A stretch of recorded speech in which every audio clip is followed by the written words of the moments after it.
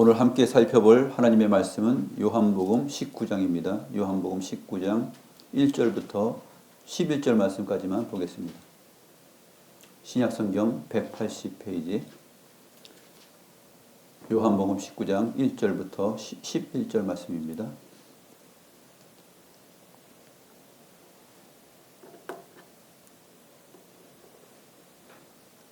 제가 하나님의 말씀을 받들어 읽겠습니다. 이에 빌라도가 예수를 데려다가 채찍질 하더라. 군인들이 가시나무로 관을 엮어 그의 머리에 관 씌우고 자색옷을 입히고 앞에 가서 이르되 유대인의 왕이여 평안할지어다 하며 손으로 때리더라. 빌라도가 다시 밖에 나가 말하되 보라 이 사람을 데리고 너희에게로 나아오나니 이는 내가 그에게서 아무 죄도 찾지 못한 것을 너희로 알게 하려 함이로다 하더라. 이에 예수께서 가시관을 쓰고 자색옷을 입고 나오시니 빌라도가 그들에게 말하되 보라 이 사람이로다 하매 제사장들과 아랫사람들이 예수를 보고 소리질러 이르되 십자가에 못 박으소서 십자가에 못 박으소서 하는지라. 빌라도가 이르되 너희가 친히 데려다가 십자가에 못 박으라. 나는 그에게서 죄를 찾지 못하였노라.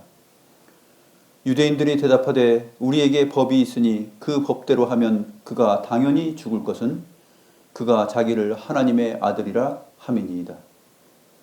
빌라도가 이 말을 듣고 더욱 두려워하여 다시 관정에 들어가서 예수께 말하되 너는 어디로부터냐 하되 예수께서 대답하여 주지 아니하는지라.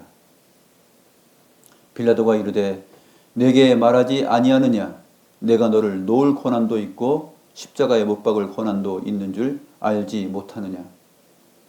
예수께서 대답하시되 위에서 주지 아니하셨더라면 나를 해할 고난이 없었으리니 그러므로 나를 내게 넘겨준 자의 죄는 더 크다 하시니라. 오늘은 예수 그리스도께서 받으신 고난에 대한 내용을 다뤄보도록 하겠습니다. 하이델베르그 요르문답 37문, 38문인데 먼저 읽고 본문을 중심으로 해서 말씀을 전하도록 하겠습니다. 하이델베르크 요르문답 37문과 38문 문답합니다. 37문 고난을 받으사라는 말로 당신은 무엇을 고백합니까? 그리스도는 이 세상에 사셨던 모든 기간에 특히 생의 마지막 시기에 모든 인류의 죄에 대한 하나님의 진노를 자신의 몸과 영혼에 짊어지셨습니다. 그분은 유일한 화목제물로 고난을 당함으로써 우리의 몸과 영혼을 영원한 저주로부터 구원하셨고 우리를 위해 하나님의 은혜와 의와 영원한 생명을 얻으셨습니다. 38문 그분은 왜 재판장 본디오 빌라도 아래에서 고난을 받으셨습니까? 그리스도는 죄가 없지만 세상의 재판장에게 정죄를 받으셨으며 이로써 우리에게 임할 하나님의 준엄한 심판에서 우리를 구원하셨습니다.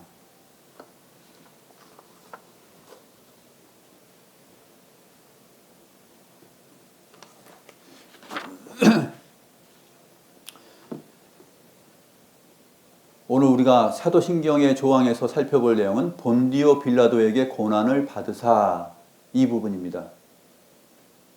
이것을 우리가 신앙 고백으로 하고 있는데 본디오 빌라도에게 고난을 받으사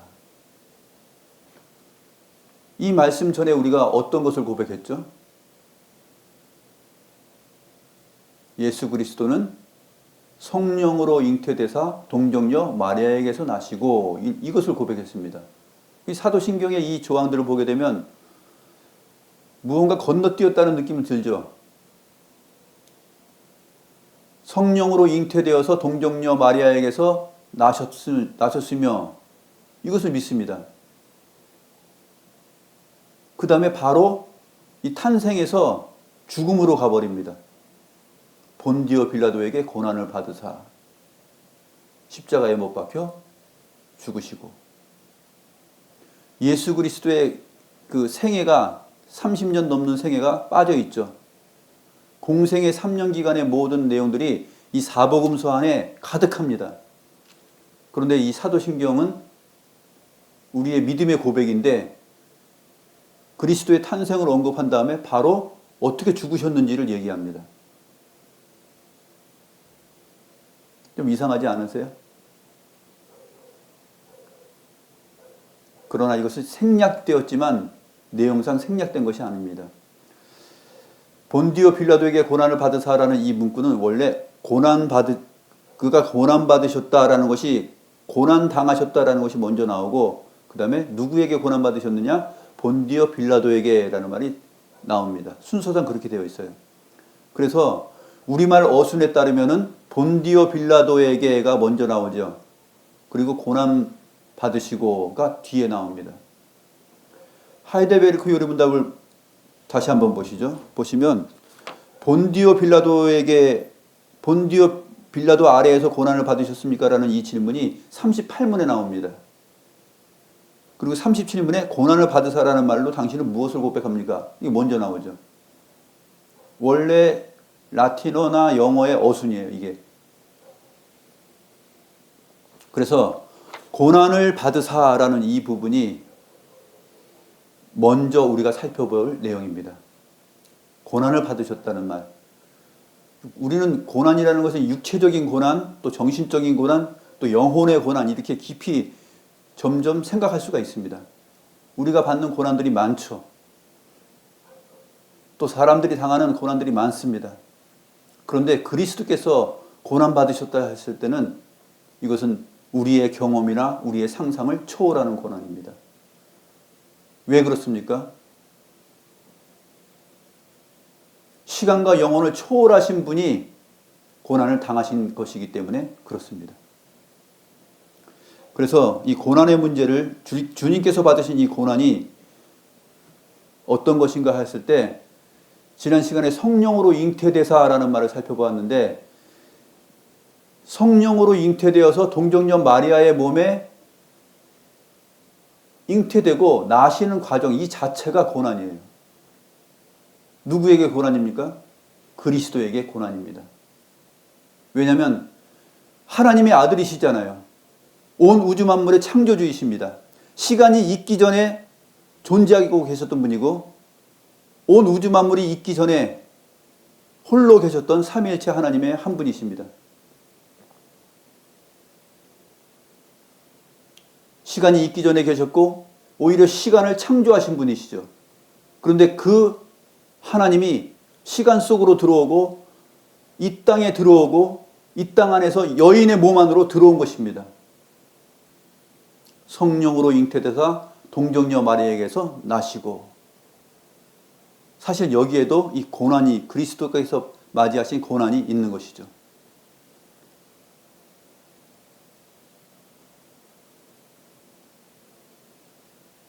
타락하고 죄만 행할 수밖에 없는 그러한 영원한 형벌을 받을 수밖에 없는 우리들의 죄를 위하여서 주님께서 그러한 신성을 따라서 존재하고 계셔야 되는데 그 신성을 가지신 하나님의 아들이 바로 인성을 취하신 내용입니다.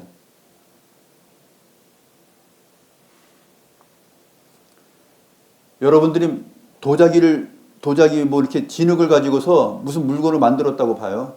진흙을 가지고서 무슨 뭐 귀여운 강아지를 만들고 그릇을 만들었다고 쳐요. 만드신 분이시잖아요, 우리가. 지혜가 있죠.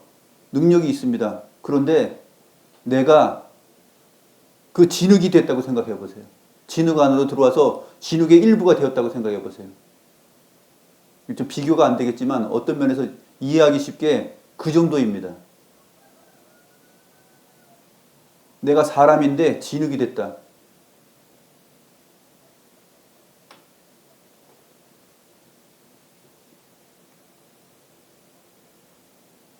바로 고난을 받으사라는 이 말이 왜 중요한지 우리가 이러한 의미에서부터 생각을 해봐야 되는 것입니다.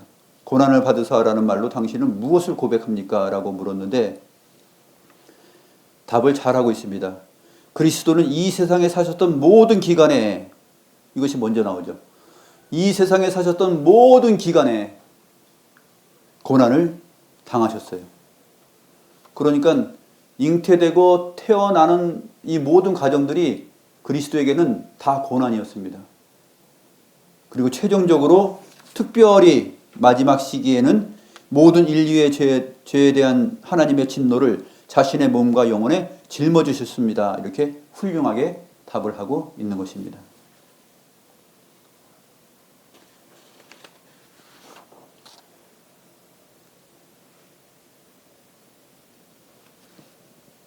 빌립보서 2장이 잘 말하고 있듯이 그리스도는 하나님의 본체시나 하나님과 동등됨을 취할 것으로 여기지 아니하시고 오히려 자기를 비워 종의 형체를 가지사 사람들과 같이 되어 고난을 맞이하셨다라고 기록하고 있습니다.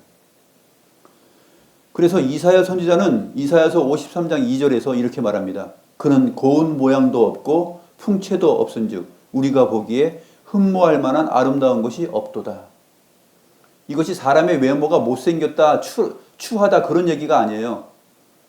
거룩하신 신성으로서의 그 하나님이 사람이 되셨다라는 것을 얘기하고 있는 것이에요. 그는 고운 모양도 없고 풍채도 없은즉 이라는 이 표현이 바로 그 얘기입니다. 시각적으로 느낌적으로 오는 그 미적 어떤 외모에 잘생기고 못생긴 거, 아름답고 추한 거 그것을 말하는 것이 아니라 거룩하신 하나님이 사람이 되셨다는 것을 여기서 표현해주고 있는 것이에요. 그래서 우리가 보기에 흠모할 만한 아름다운 것이 없도다. 우리가 경배하고 예배하고 할 만한 그러한 하나님처럼 보이지 않았다라는 얘기예요. 나사렛 예수처럼 보였다는 것이죠. 요셉의 아들로 보였다는 얘기입니다. 하나님의 아들로 보이지 않았다. 그런 얘기를 하고 있는 것입니다.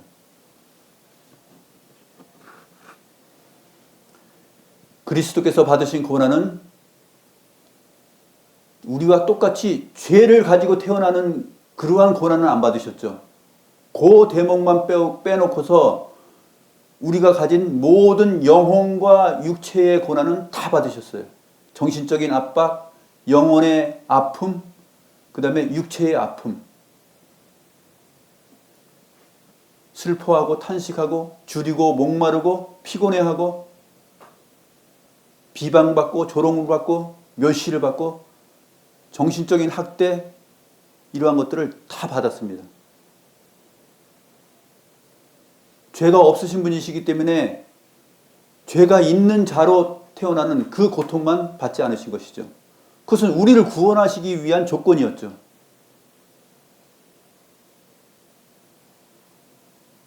그러나 우리와 똑같은 몸과 영혼을 가지고서 태어나셔서 우리의 몸이 받는 필요와 고난들, 그리고 우리의 영혼이 경험하게 되는 모든 악조건과 고난들을 다 받으셨습니다.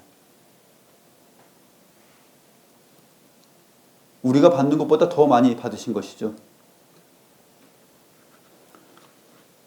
시편 22편 6절에 보게 되면 그래서 주님께서는 다윗의 글을 통하여서 이렇게 표현됩니다. 나는 벌레여 사람이 아니라 사람의 비방거리여 백성의 조롱거리니이다. 시편 22편은 나의 하나님 어찌하여 나를 버리셨나이까 라는 말로 시작되어서 쭉 나아가게 되는데 바로 메시아의 시편이죠. 그리스도께서 고난받으시는 내용들을 다 기록하고 있습니다.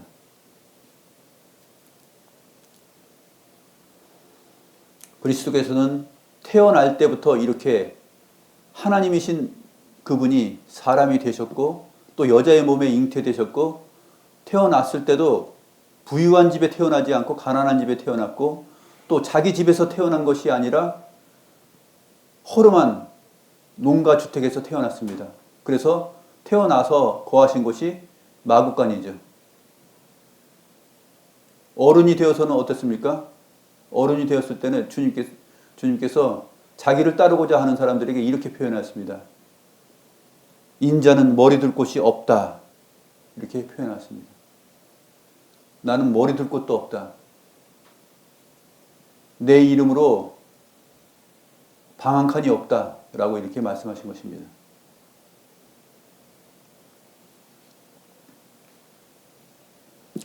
우리들이 맞이하는 경험하는 그러한 가난과 궁핍 이러한 것들도 우리 주님께서는 태어나면서부터 다 경험하셨어요. 어린 시절부터 그 성인이 되어서 30세까지 살면서 다 경험하셨습니다. 우리 주님께서는 우리가 가난한 거 궁핍한 거 모르시지. 왜 몰라요? 다 아셔요. 우리보다 더 어렵게 사셨고요. 우리보다 더 궁핍하게 살으셨습니다.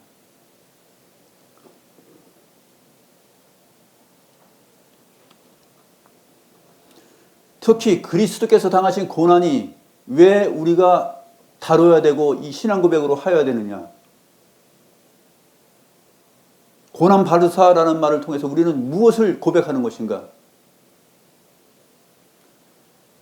그리스도께서 죄가 관영한 죄악으로 가득 찬 이 세상에 오셔서 이 꼴 저 꼴을 다 보신 것이에요. 소위 말하는 진상들을 다 본 것입니다. 진상들. 사람들의 말과 행동을 통하여서 주님께서 이 죄악된 세상에서 살아가는 사람들이 얼마나 비참하고 처절한 가운데 있는가 하는 것을 다 보았어요.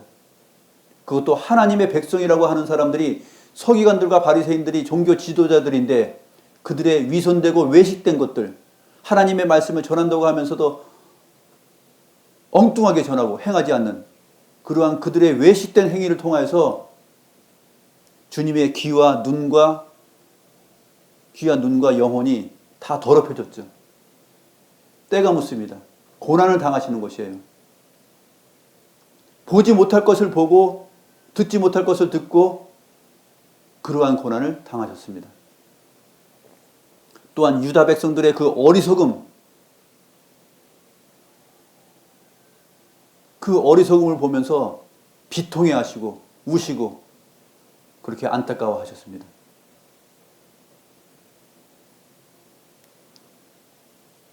또한 제자들의 믿음 없음, 주님을 따른다고 하지만 그 12 제자들이 믿음 없음을 보고서 주님께서 고난을 받으셨죠. 이러한 것들이 주님께서 받으신 고난이에요.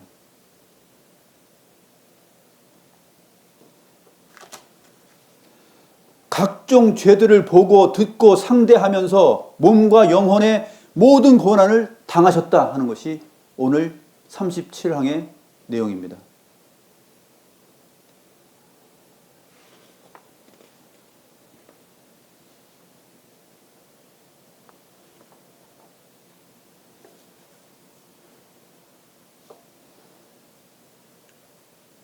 우리가 의롭지 않고 죄인임에도 불구하고 우리들의 시각에서 또 우리들의 귀로 정말 보지 못할 것을 보게 되면 얼마나 마음이 상합니까? 그런 사람들, 소위 진상인 사람들을 보게 되면 마음 상하죠. 영혼의 고난, 정신적인 고통, 또 육체적으로 맞이하는 그러한 고난들이 있습니다.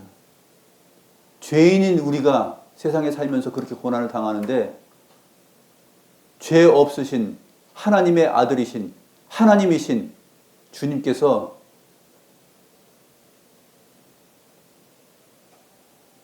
그러한 각종 사건들을 봤을 때 얼마나 고난을 받으셨겠어요. 우리도 힘들고 고난당하는데 거룩하신 주님은 얼마나 힘드셨을까 하는 이 부분을 우리가 보아야 되는 것입니다. 그래서 고난을 받으사라는 말로 당신은 무엇을 고백합니까?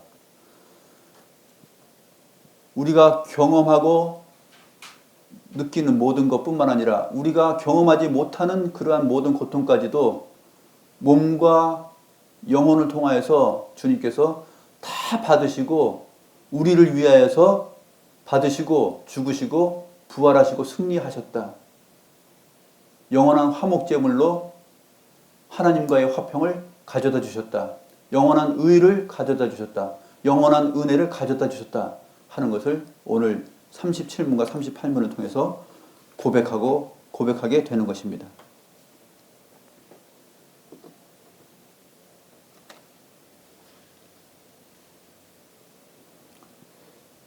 이 부분은 베드로전서 3장 18절에서 잘 기록하고 있는데, 베드로전서 3장 18절 신약성경 381쪽에 보게 되면, 그리스도께서도 단번에 죄를 위하여 죽으사 의인으로서 불의한 자를 대신하셨으니 이는 우리를 하나님 앞으로 인도하려 하심이라.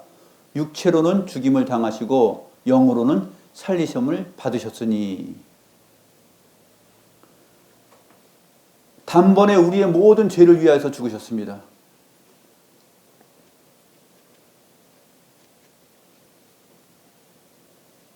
의인으로서 불의한 자를 대신하셨습니다.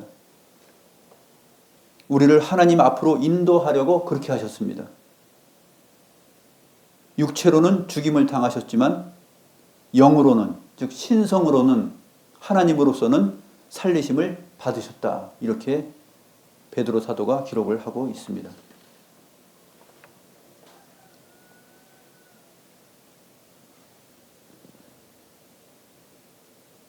그렇다면 주님께서 고난 받으신 것을 특별히 재판장 본디오 빌라도 아래에서 고난을 받으셨습니까? 라고 고백하는 이유는 무엇입니까? 특별히 여러 사람에게 고난을 받으셨는데 특별히 재판장 본디오 빌라도에게서, 이 부분이 본디오 빌라도 아래에서거든요. 본디오 빌라도 아래에서 고난을 받으셨다. 이 고백이 왜 중요한가? 주님께서 받으신 이 고난은 단순한 고난이 아니라 또 사람이 지어낸 허구가 아니라 역사적 사실이며, 본디오 빌라도 이 재판장 아래에서 고난을 받으셨다는 이 내용은 굉장히 중요합니다.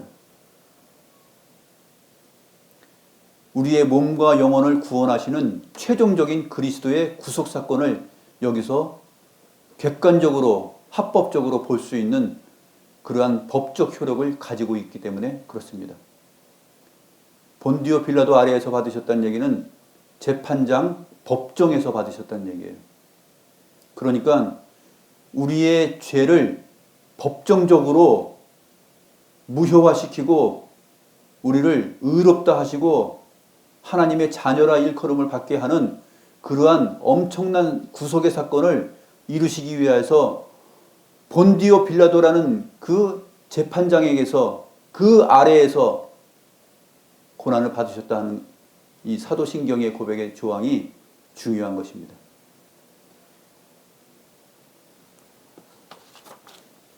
그래서 38문에 보게 되면 그리스도는 죄가 없지만 세상의 재판장에게 정죄를 받으셨으며 이로써 우리에게 임할 하나님의 준엄한 심판에서 우리를 구원하셨습니다. 라고 간략하게 답하고 있습니다.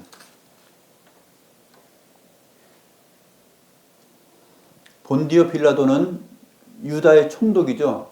유다의 총독인데 유다가 그 로마의 속국이 되어서 관할 지역으로 보통 네 개 정도로 이렇게 나뉘어져 있을 때 가이사랴 지방입니다. 가이사랴 지방 전체를 관할하고 거기에서 세금을 징수하고 또 죄 있는 자들을 재판정에서 죄를 가려내고 판결하는 그러한 재판의 일과 세금을 징수하여서 로마에 바치는 그러한 일을 맡은 자가 바로 빌라도 총독이었습니다. AD 26년부터 36년까지 10년 동안 그렇게 하였습니다. 그러니까 딱 예수님의 생애에 겹쳐 있는 사람이죠. 예수님의 마지막 생애에 딱 해당이 되는 사람입니다.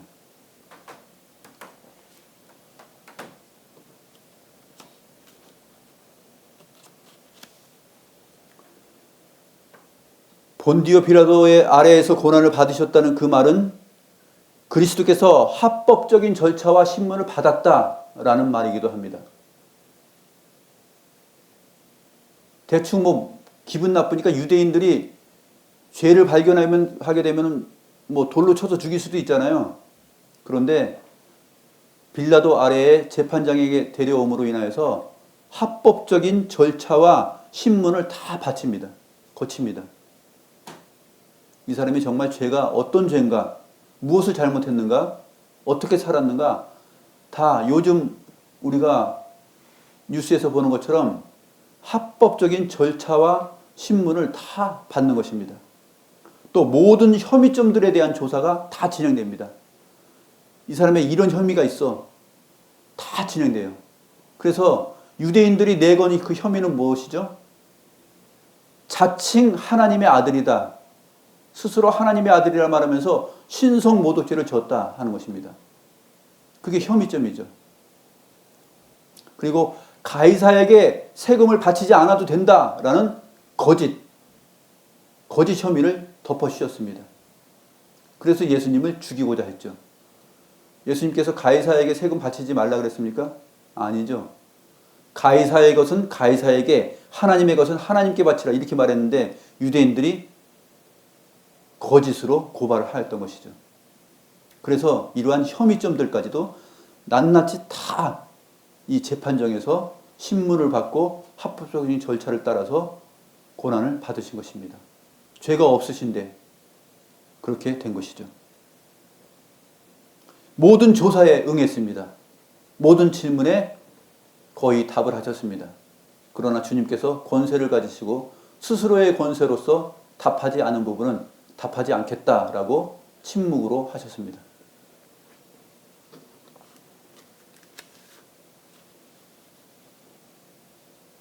무엇을 숨기기 위해서 답을 하지 않은 것이 아니라 내가 말을 하여도 너는 수준이 안 되기 때문에 몰라. 땅의 일을 말하여도 너가 모르는데 하늘의 일을 말하면 너가 알겠느냐? 그런 차원이죠. 그래서 답을 안 하신 경우가 있죠.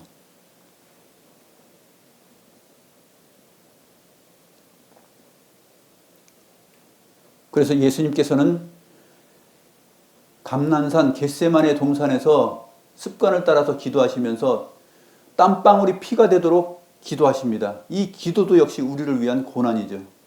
영혼의 고난, 온몸이 느끼는 그러한 고통입니다. 나의 하나님 어찌하여 나를 버리시나이까. 이 잔을 내게서 지나가게 하옵소서. 그러나 내 원대로 마옵시고 아버지 뜻대로 하옵소서. 그 기도를 간절하게 하였습니다. 그때 천사가 와서 주님에게 힘을 북돋아 주었다라고 누가복음에서 기록하고 있습니다.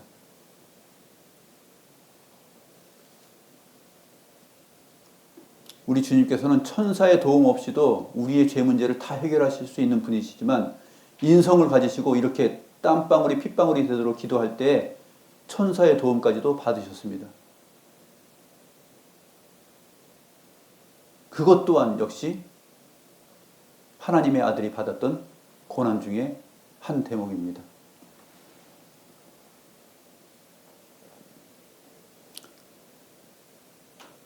제자 중에 가룟 유다가 예수님을 팔아넘깁니다.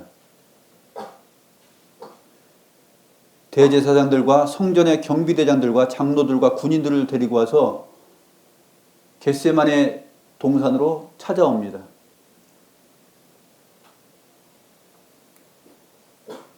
거기서 주님 하면서 입맞춤을 하죠.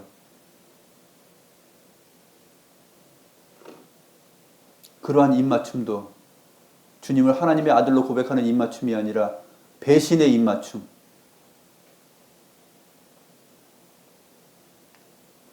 함께 생활하고 함께 떡을 먹었던, 가족같이 지냈던 그 제자 중에 한 사람이 발뒤꿈치를 들은 것입니다. 그래서 시편 41편 9절에서는 이렇게 표현되고 있습니다. 그 가룟 유다의 배신을 이렇게 표현하고 있죠. 내가 신뢰하여 내 떡을 나눠 먹던 나의 가까운 친구도 나를 대적하여 그의 발꿈치를 들었나이다. 이 다윗의 시편이 바로 가룟 유다의 배신을 예언한 내용입니다.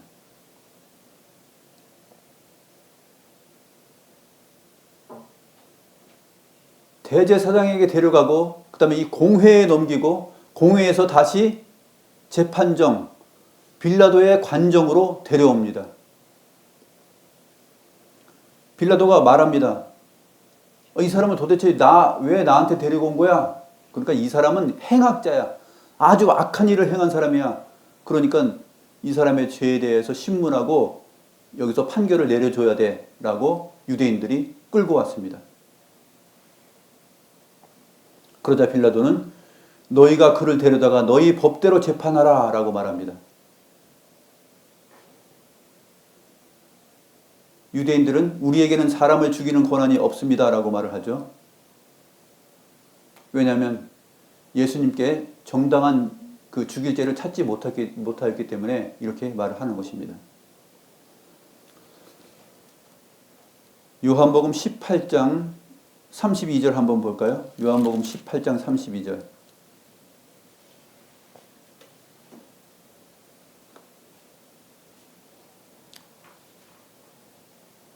주님께서 빌라도 앞에 섰을 때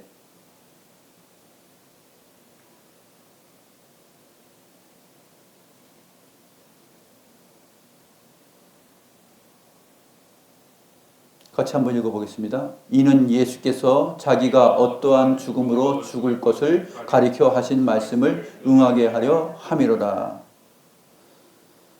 빌라도가 유대인들에게 너희가 너희 법대로 재판하라 그랬습니다.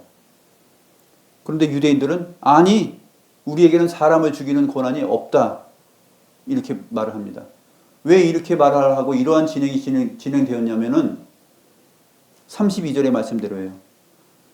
예수께서 자기가 어떠한 죽음으로 죽어야 되는지를 말한 것을 그것이 응하기 위하여서 이러한 사건들이 일어났다라는 얘기입니다. 예수님께서 도대체 무엇이라고 제자들에게 말씀하셨을까요? 누가복음 18장 31절부터 33절에 있습니다. 누가복음 18장 31절에서 33절. 물론 사복음서에 다 기록되어 있는데 누가복음 18장에 좀 더 생생하게 기록이 되어 있습니다. 누가복음 18장 31절부터 33절 다 같이 한번 읽어보겠습니다. 보라, 우리가 예루살렘으로 올라가노니 선지자들을 통하여 기록된 모든 것이 인자에게 응하리라.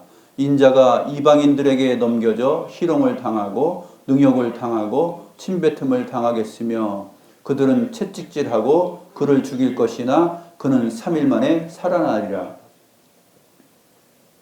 예수님께서 12제자를 데리고 예루살렘으로 올라가시면서 이 말씀을 하셨어요. 내가 어떠한 죽음으로 죽을 것이다. 그리고 3일 만에 살아날 것이다. 말씀하셨습니다. 이것이 이루어지는 과정이다라고 얘기합니다. 유대인들이 예수님을 빌라도의 관정에 넘긴 것, 그리고 빌라도가 너희 법대로 재판하라 하였지만 우리에겐 죽일 권한이 없다라고 하면서 계속 빌라도에게 죽이라고 요청하는 것, 그것이 바로 인자가 이방인들에게 넘겨져 희롱을 당하고 능욕을 당하고 침뱉음을 당하겠으며 라는 이 내용이 응하기 위해서 그렇게 된 것이죠.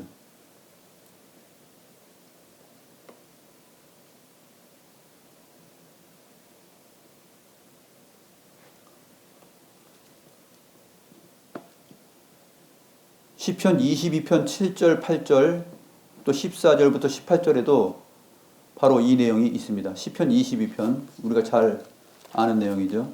시편 22편 한번 보겠습니다. 817페이지 시편 22편 7절 8절 한번 보겠습니다. 같이 한번 읽어보겠습니다.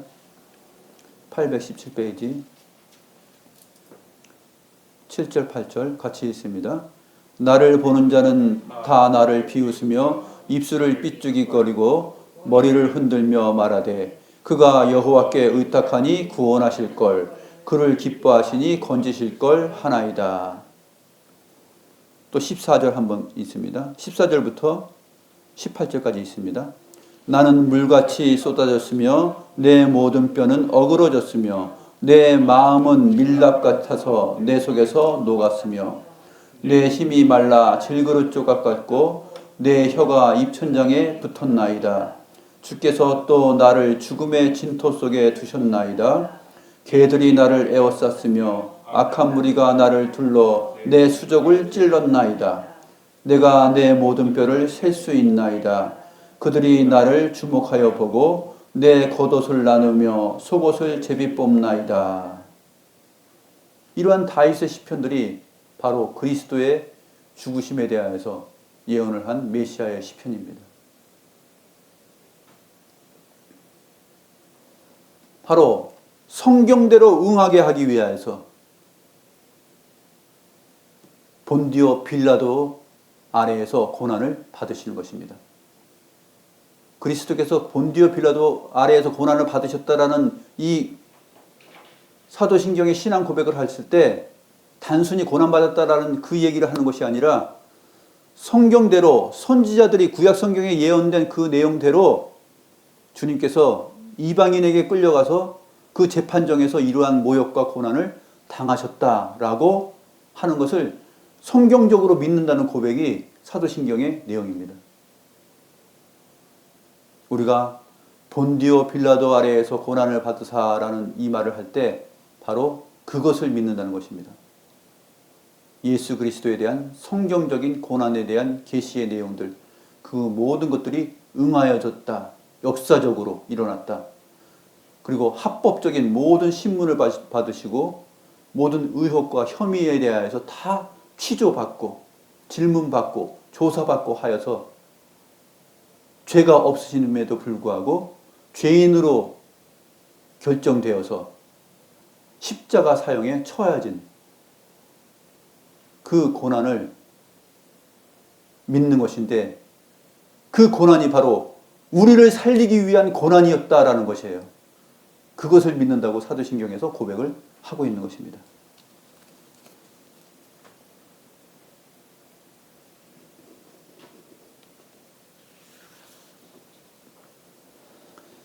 사실 빌라도는 내가 아무 죄도 찾지 못하였다라는 말을 3번이나 합니다.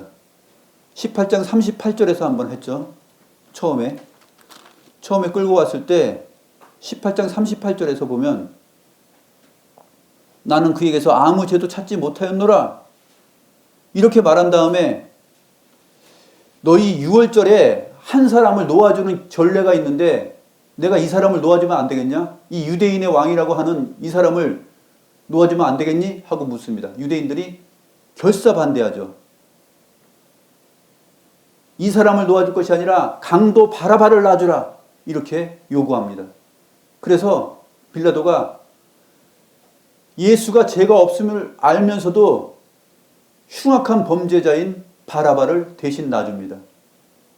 이것 또한 역시 본디오 빌라도 아래에서 고난을 받은 내용이에요. 어떻게 흉악한 범죄자 강도 바라바하고 의로우신 하나님의 아들 죄가 없으신 예수 그리스도하고 비교가 됩니까? 당연히 예수 그리스도가 노임을 받아야죠. 그런데 빌라도 아래에서 예수님은 다시 재판을 받게 되고 바라바가 노임을 받게 됩니다. 굉장히 말도 안 되는 내용이죠. 이것이 바로 그리스도께서 당하신 고난이에요. 우리를 위하여서. 이러한 수모와 치욕과 말도 안 되는 일을 당하신 것입니다. 우리가 살다가 정말 말도 안 되는 고난을 내가 받고 있다라고 여길 수 있겠지만 우리 주님께서 받으신 이 고난에 비하면 턱도 없죠. 상대가 안 되죠.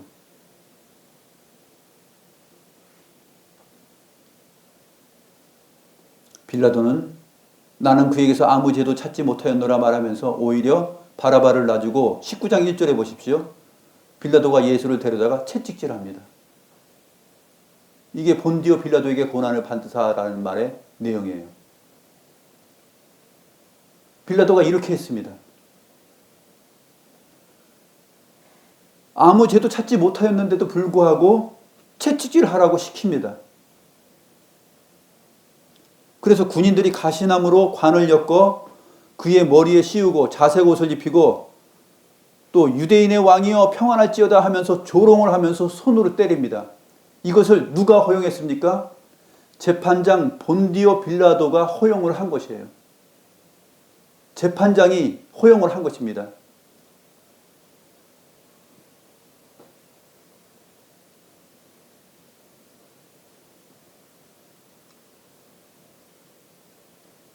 자기 입으로 나는 그에게서 아무 죄도 찾지 못하였다라고 하는 사람이 이것을 허용하는 것은 무엇입니까?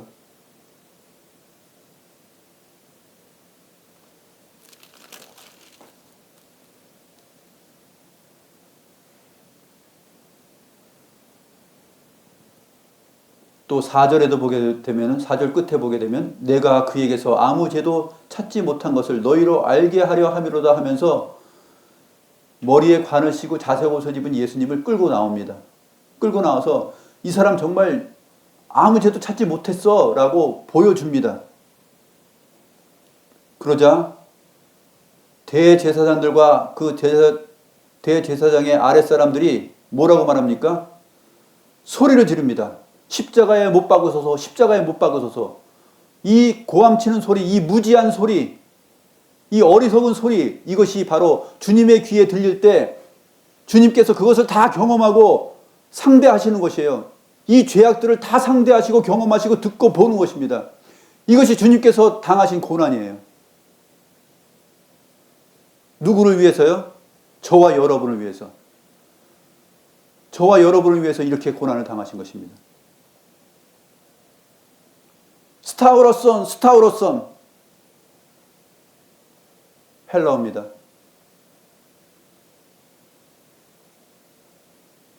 생생하게 하기 위해서 한번 해봅니다. 스타우로선, 스타우로선. 십자가에 못 박으라. 십자가에 못 박으라. 2인칭 명령형이죠. 당신이 십자가에 못 박으라. 당신이 십자가에 못 박으라. 스타우로선, 스타우로선 하고 외쳤던 것입니다. 대제사장들이, 그의 아랫사람들이, 유대인들이 그렇게 소리친 것이에요. 그럴 때 빌라도가 이렇게 얘기합니다.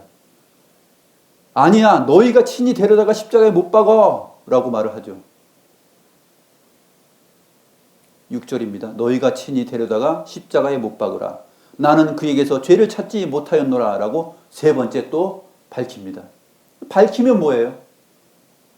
죄를 찾지 못하였다고 말하면 뭐합니까? 모든 것을 다 허용하고 결국은 십자가 처형으로 가게 하는데,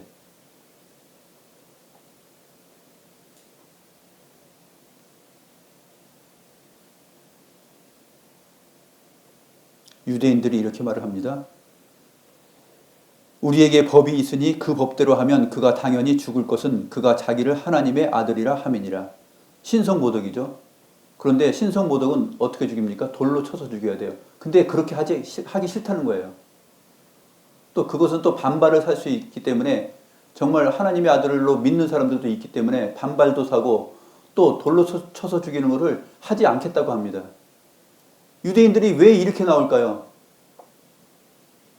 그리스도께서 친히 말씀하신 그 내가 어떠한 죽음으로 죽을 거야 라고 말씀하신 것, 또 이사야서 53장과 또 시편 22편, 또 시편의 또 다른 시편에 기록된 모든 내용들, 그것을 응하게 하기 위해서 유대인들이 이것을 거부합니다. 빌라도는 이 사람이 하나님의 아들이라는 것을 생각하면서, 왕은 그 가이사를 생각하죠. 가이사를 생각하면서 이 하나님의 아들은 죽인다는 것은 왕을 죽인다는 것인데, 이게 이 사람이 유대인의 왕인데 하나님의 아들인 것은 맞는 것 같은데 죄가 없는데 왜 자꾸 나한테 죽이려고 하지 하면서 공포가 밀려옵니다. 그리고 자기 부인이 이 사람에게 대해서 내가 꿈을 꿨는데 정말 불길하다, 이 사람 정말 놓아줘야 된다 했을 때 부인의 말을 듣고도 생각이 나는 것입니다. 그래서 더욱 두려워합니다. 하나님의 아들을 내가 죽여야 된단 말인가 하면서 고민을 하게 되죠. 그래서 빌라도가 주님께 말합니다. 10절 말씀 보시면, 내가 너를 놓을 권한도 있고 십자가에 못 박을 권한도 있는 줄 알지 못하느냐? 그러자 주님께서 위에서 주지 아니하셨더라면 나를 해할 권한이 없으리니, 그러므로 나를 너에게 넘겨준 자의 죄는 더 크다라고 말합니다. 이러므로 빌라도가 예수를 놓으려고 힘을 썼으나 유대인들이 소리를 질러 이르되 이 사람을 놓으면 가이사의 충신이 아닙니다. 무릇 자기를 왕이라 하는 자는 가이사를 반역하는 것입니다 라고 소리칩니다. 유다 총독 이 빌라도는 가이사 밑에 있는 사람이죠. 그러니까 이 말을 들었을 때 어떤 마음이 생깁니까? 재판을 해야 되겠다. 그리고 이 유대인들의 상황을 봤을 때 이것은 막지 못하겠구나. 아주 떼거지로 몰려와서 이렇게 농성을 벌이니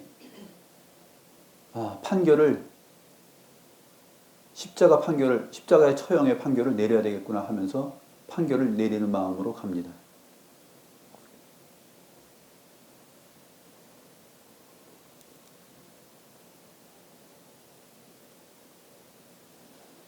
빌라도는 또 한 번 이 사람을 보라, 너희의 왕인데 놓아주면 안 되겠냐 하지만 소리를 지르되 없이 하소서 그를 십자가에 못 박게 하소서라고 말을 합니다. 내가 너희 왕을 십자가에 못 박으랴? 대제사장들이 대답하되 가이사 외에는 우리에게 왕이 없나이다. 제사장들은 하나님 외에 우리의 왕이 없습니다라고 말을 해야 되는데 가이사 외에는 우리의 왕이 없습니다. 이렇게 말합니다. 이것이 주님께서 본디오 빌라도 아래에서 이 꼴을 보면서 고난을 당하신 영혼의 고난이에요. 이 모든 소리를 듣고 그들의 얼굴과 표정과 이 무리들의 함성을 다 보았을 때 얼마나 고난이 심하셨겠습니까?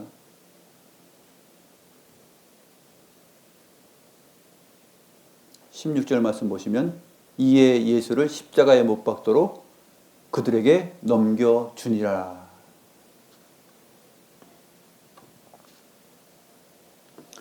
우리 주님께서 본디오 빌라도 아래에서 고난을 받으셨습니다. 바로 우리는 신앙 고백을 할 때 이 부분들을 생생하게 기억하면서 우리의 죄를 위하여서 대속 제물로 또 화목 제물로 하나님과 화평을 이루고 우리를 영원한 은혜 가운데 인도하시고 우리를 의롭다 하시고 우리를 자녀 삼으시고 우리를 천국 백성 되게 하기 위하여서 그리스도께서 우리를 위하여서 이렇게 고난을 받으셨구나 하는 것을 사도신경을 암송하고 고백할 때마다 생각을 해야 될 것입니다. 기도하겠습니다. 하나님 아버지, 본디오 빌라도 아래에서 고난을 받으사라는 부분을 주의 말씀을 통하여서 살펴보았나이다. 참으로 우리 주님께서 이 땅에 오셔서 목격하신 모든 내용들은 죄악이 가득한 곳에서 어리석음과 외식과 배반과 배신과 조롱과 탐욕스러운 이익을 추구하는 자들의 그 욕심과 그 모든 것들을 친히 보고 듣고 경험하고 상대하시면서 받으신 몸과 영혼이 받으신 고난인 것을 저희들이 살펴보았습니다. 하나님 아버지, 왜 그리스도께서 우리에게 우리 앞에서 이러한 고난을 받으셨는지 생각합니다. 우리를 자유롭게 하시고 우리를 의롭다 하시고 우리를 그리스도 안에서 영원히 함께 사는 길을 열어주시기 위해서 이렇게 고난을 당하셨음을 고백합니다. 하나님, 그 은혜가 정말로 크고도 크옵나이다.